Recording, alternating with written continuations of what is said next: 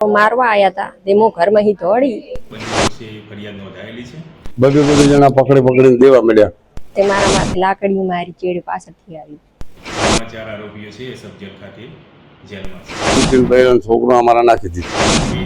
10 માણસોએ સારવાર લીધેલી છે। કોઈ અમને બચાવવા વાળું નહોતું। અમે એમ આરોપીની ધરપકડ કરવામાં આવેલી છે। તે હાલ જ્યુડિશિયલ કસ્ટડીમાં છે। નમસ્કાર દર્શકો, સ્વાગત છે તમારું। હું ઉદયવરાજ ઠાકોર આપનું સ્વાગત કરું છું।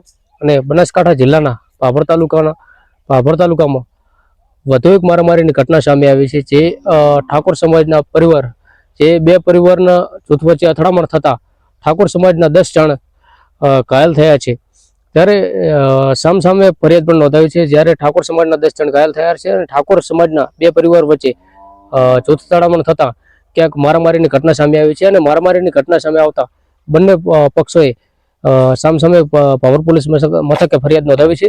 ત્યારે શું કહ્યું ઠાકોર સમાજના પરિવારના લોકોએ એ પણ સાંભળીએ। અને ભાભર પોલીસ સ્ટેશનના પીઆઈ એટી પટેલ સાહેબનું પણ એક નિવેદન સામે આવ્યું। જે ઘટનાને લઈ શું ઘટના હતી તે વિશે ભાભર પીઆઈ એટી પટેલ સાહેબે પણ નિવેદન આપ્યું। ત્યારે શું કહ્યું ભાભર પીઆઈ એટી પટેલ સાહેબે એ પણ સાંભળીએ। અને ઠાકોર સમાજના જે પરિવાર છે એમને પણ શું કહ્યું એ પણ સાંભળીએ। મારું નામ ભગવાનભાઈ સખરાજી। અમારી ઘટના બની કે અમે સૂતા હતા, જુગારિયા રમતા હતા અહીંયા બાજુમાં અમારી દિવાલે। તો છોકરો ઉઠીને કે ભાઈ જુગારિયા ગાળું બોલે છે એટલે તમે બંધ કરો। તો જુગારિયા તો ઉઠી ગયા। તો પછી પરવીન હોના ગાળું બોલવા માંડ્યો। એટલે પછી ગાળું ભાઈ કેમ બોલે તું, તને તો કીધું નથી। તો એમાં રોડા મારવા માંડ્યો। એટલે પછી અમે બારી ગયા, ભાઈ રોડા શાના હતો તો મારે છે। બારી ગયા એટલે જેવો દરવાજો ખોલ્યો એવો નરેશ સુબા સીધી તલવાર મારી પછી છોડ્યું બરાબર કરીને ઉડીને જાય। એમાં ભાવુબેનને સીધી જોગા વેલા ધારીઓ માર્યું, પાછું બીજું ધારીઓ મારીને હાથમાં માર્યું। પછી જેમ જેમ છોડ્યું જઈ એમ બબે જણા પકડીને દેવા મળ્યા। હોના આહજી, હેજા આહજી, પરવીન હોના, પછી નાનું શું નામ છે એનું છોકરાનું, વિષ્ણુ હોના, પછી સુબાના 2 છોકરા, વેલાના 2 છોકરા, એ બધા 8, 10, 12, 13 જણા થઈ અને 11 જણા થઈ કુટીન બહેન છોકરો અમારા નાખી દીધો। કોઈ અમને બચાવવા વાળું નહોતું। અમે જેમ જાય ને એમ અમને પકડી રાખી અને અહીંયા મારે રાખી। આવું બન્યું। મારવામાં તો એ બધા જ હતા। 11 લોકો તો પરફેક્ટ મેં જોયા છે। અમારા 7 લોકોને ઈજા થઈ। અત્યારે અડધા ઘરે છે ને 2 દાખલ છે દવાખાને। એટલે અમે અહીંયા ઘરે એક દાડો ઘરે આવ્યા પછી પાછું બકારીને એવું થવા મળ્યું મગજમાં ને છોકરાને। એટલે દિયોદર દાખલ કર્યો। એમાં હાથનું ફ્રેક્ચર આવ્યું છે। ડૉક્ટર કે આ માટે તમે ઊભી રાખો, 2-5 દાડા રાખો અહીંયા। હવે અહીં હેડતા બોલે છે અમારો શું ફેર પાડી લેશો? કાંઈ અમારો ફેર પાડવાનો નથી, આવું બોલે છે। મારું નામ શારદાબેન માલજીભાઈ।